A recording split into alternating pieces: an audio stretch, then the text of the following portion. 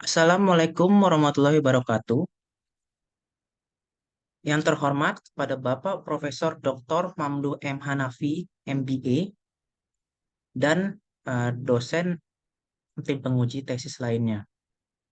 Perkenalkan, saya Hada Baihaqi Alimin, mahasiswa UGM Kampus Jakarta, konsentrasi Finance, akan mempresentasikan tesis saya yang berjudul Analisis Perbandingan Kinerja Saham Konvensional dan Syariah pada Sektor Jasa sebelum dan selama pandemi COVID-19. Presentasi saya terdiri dari 5 outline yang diawali oleh pendahuluan.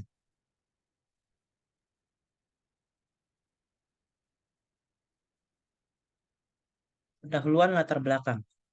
Penelitian saya dilatar belakangi oleh 3 hal utama, yakni yang pertama adalah pandemi COVID-19.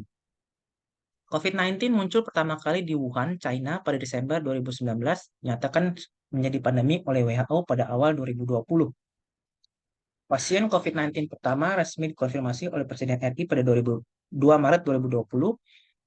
COVID-19 ini eh, memaksa banyak negara pada saat itu untuk melakukan protokol kesehatan secara ketat karena virus ini sangat mematikan, menyebar secara cepat, dan di banyak negara. Protokol kesehatan ini tujuannya untuk membatasi mobilitas manusia dan barang dengan penerapannya bahkan dilakukan lockdown. Yang terakhir adalah COVID memberikan dampak negatif bagi kesehatan tentu saja dan sektor lainnya, termasuk perekonomian di suatu negara. Anjloknya perekonomian disebabkan oleh pembatasan kegiatan manusia untuk mengurangi penyebaran pandemi. Pembatasan aktivitas termasuk berkurangnya kontak fisik dan mobilitas masyarakat menyebabkan melemahnya aktivitas jual beli di pasar dan toko, menurunnya tingkat konsumsi, dan lain sebagainya. Perekonomian yang dipengaruhi oleh COVID-19 itu tidak hanya terjadi secara global, tapi juga terjadi di Indonesia, karena Indonesia merupakan satu negara yang eh, dimasuki oleh COVID-19. Pada tahun 2021, IMF mengonfirmasi bahwa perekonomian global terkontraksi sebesar 3,10% year on year pada tahun 2020. Sedangkan di Indonesia, BPS juga mencatat bahwa perekonomian Indonesia terkontraksi sebesar 2,07% pada tahun 2020 dan bertumbuh hanya sebesar 3,69% pada tahun 2021. Pertumbuhan ekonomi global dan Indonesia berada pada angka yang jauh di bawah angka normalnya. Oleh karena itu, dengan melihat kedua angka ini saja, sudah dapat membuktikan bahwa COVID-19 memang berdampak negatif bagi perekonomian. Lalu, turunan dari perekonomian itu sendiri adalah pasar modal, di mana COVID-19 juga membawa dampak bagi pasar modal global dan Indonesia. Pada grafik sebelah kiri, terlihat bahwa selama Maret 2020, indeks Dow Jones, Shanghai, Nikkei, dan FTSE menurun masing-masing sebesar 37, 10, 20, dan lebih dari 30%. Sedangkan pada grafik sebelah kanan, terlihat bahwa IHSG telah terkoreksi sebesar lebih dari 37% selama Maret 2020. Lalu latar belakang yang kedua, yakni adanya perbedaan karakteristik saham konvensional dengan saham syariah. Perbedaan utama saham syariah adalah adanya kewajiban untuk menjalankan prinsip syariat Islam dan ketentuan rasio keuangan lainnya yang harus dipenuhi. Lalu latar belakang yang terakhir adalah pemilihan sektor jasa, di mana ada 3 alasan yang saya pakai untuk memilih sektor jasa sebagai penelitian saya. Yang pertama adalah sektor jasa cukup untuk memenuhi syarat diversifikasi, di mana sektor jasa memiliki subsektor berjumlah 4, 23 bidang usaha, serta menaungi 449 emiten per Desember 2020. Pembagian subsektor dan bidang usaha pada sektor jasa dapat dilihat pada tabel sebelah kanan slide. Yang kedua adalah sektor jasa merupakan salah satu sektor yang terkena dampak sangat parah pada awal pandemi COVID-19. Berdasarkan grafik dilihat Dapat dilihat pada sebelah kiri slide, subsektor properti, real estate, dan konstruksi bangunan, serta transportasi yang masuk ke dalam sektor jasa merupakan dua subsektor yang terdampak negatif selama tahun 2020, yakni minus 21 dan minus 12%. Lalu kemudian adalah rumusan masalah.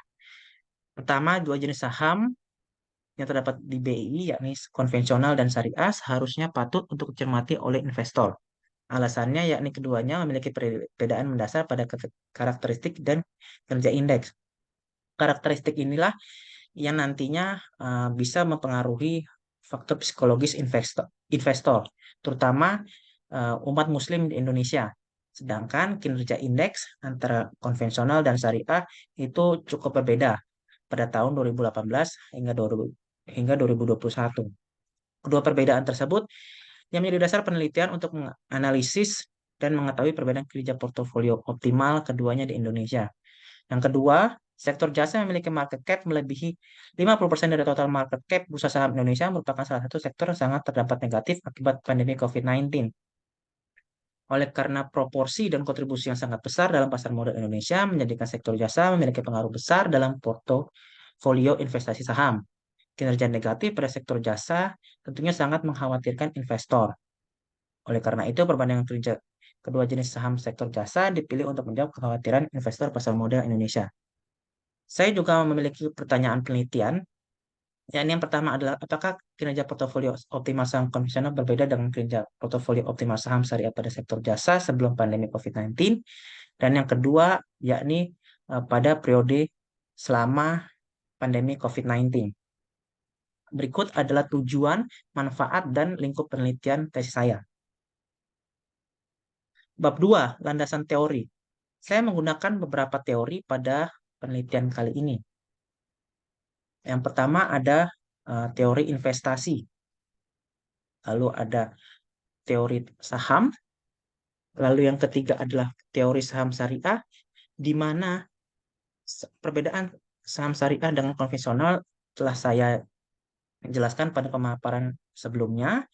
Yang keempat adalah teori portofolio, di mana di dalamnya tergantung teori single index model yang merupakan teknik perumusan portofolio optimal pada penelitian ini. Dan terakhir adalah teori kinerja portofolio. Kinerja portofolio optimal saham pada penelitian ini diukur dengan 3 rasio, yakni Sharpe, Trainer, dan Jensen Alpha. Lalu kemudian ini adalah hipotesis penelitian saya, yakni yang dapat dilihat pada sebelah kiri slide, dan yang sebelah kanan adalah gambaran besar dari kerangka penelitian saya. Bab 3, metode penelitian. Penelitian saya bersifat deskriptif dengan pendekatan kuantitatif. Data sekunder berupa list emiten saham konvensional dan syariah, BI 7-day repo rate, dan closing price bulanan dikumpulkan dari berbagai website seperti situs resmi BI, Bank Indonesia, dan Yahoo Finance. Sampel diambil mengikuti purposive sampling dengan kriteria yakni seluruh emiten sektor jasa yang terdaftar pada ISG dan ISSI serta memiliki closing price bulanan berturut-turut selama periode Desember 2017 sampai 2021. Data yang sampel pada penelitian ini berjumlah 153 emiten jasa konvensional dan 130 emiten jasa syariah. Data yang telah dikumpulkan kemudian diolah dan dianalisis menggunakan metode single index model untuk membentuk portofolio optimal. Untuk mengukur kinerja portofolio optimal digunakan 3 rasio, yakni Sharpe, Trainer, dan Jensen Alpha. Lalu uji normalitas digunakan Kolmogorov-Smirnov dan uji beda digunakan Mann-Whitney. Berikut adalah hasil penelitian saya. Berikut ini ditampilkan statistik deskriptif dari saham-saham jasa yang akan diseleksi untuk membentuk portofolio optimal. Dalam membentuk portofolio optimal berdasarkan single index model, dibutuhkan beberapa tahapan yang diawali dengan mencari expected return dan varian individual saham. Pada tabel saham jasa konvensional pada masa normal, Dari 153 sampel, ada 70 saham memiliki expected return negatif dengan expected return terbesar, yakni ATO dengan nilai 0,2506. Sedangkan saham dengan varian terbesar, yakni ATO dengan nilai 0,6982. Sedangkan pada tabel saham jasa syariah pada masa normal, dari 130 saham, ada 65 saham yang memiliki expected return negatif dengan expected return terbesar, yakni aksi dengan nilai 0,0958. Sedangkan saham dengan varian terbesar, yakni INTD dengan nilai 0,1478. Pada tabel saham jasa konvensional sama pandemi, dari 153 sampel, ada 48 saham yang memiliki expected return negatif dengan expected return terbesar, yakni PEGE dengan nilai 0,3642. Sedangkan saham dengan varian terbesar, yakni PEGE dengan nilai 3,5102. Pada tabel saham jasa syariah sama pandemi, dari 130 sampel, ada 34 saham yang memiliki expected return negatif dengan expected return terbesar, yakni ZBRA dengan nilai 0,3351, sedangkan saham dengan varian terbesar, yakni ZBRA dengan nilai 2,0419. Setelah ditemukan expected return dan varian individual saham, maka bisa dicari variabel lain untuk membentuk portofolio optimal, seperti nilai alfa, beta, unsystematic risk, lalu ada indikator AI, BI, CI, dan juga ERB.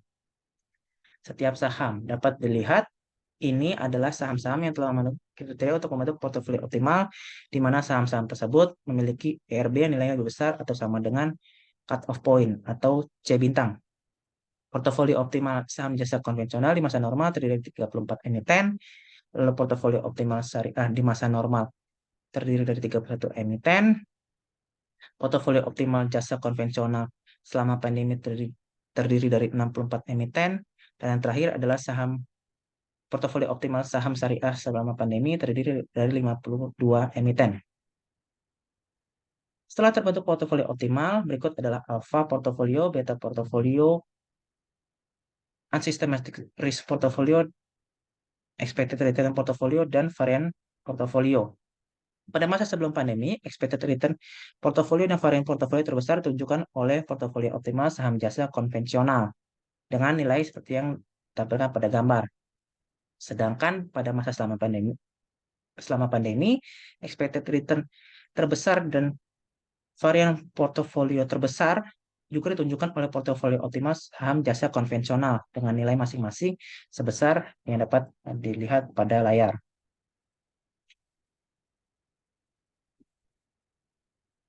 Lalu yang terakhir adalah uji hipotesis kerja portofolio optimal eh, saham jasa, di mana Sharpe ratio konvensional sebelum pandemi yakni bernilai 0,1957, eh, min Sharpe ratio syariah sebelum pandemi yakni 0,1683, dan seterusnya bisa dilihat pada layar. Itu akan diuji hipotesisnya. Hipotesis pertama yakni adalah kinerja portofolio optimal saham konvensional berbeda dengan kinerja portofolio optimal saham syariah pada periode sebelum pandemi.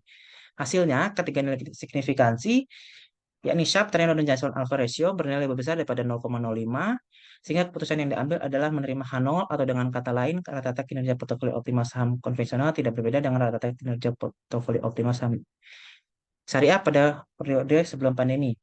Sedangkan periode hipotesis kedua juga menyebutkan bahwa kinerja portofolio optimal saham konvensional berbeda dengan kinerja portofolio optimal saham syariah pada periode selama pandemi. Sedangkan hasilnya juga sama, yakni adalah rata-rata kinerja portofolio optimal saham konvensional tidak berbeda dengan rata-rata kinerja portofolio optimal saham syariah pada periode selama pandemi.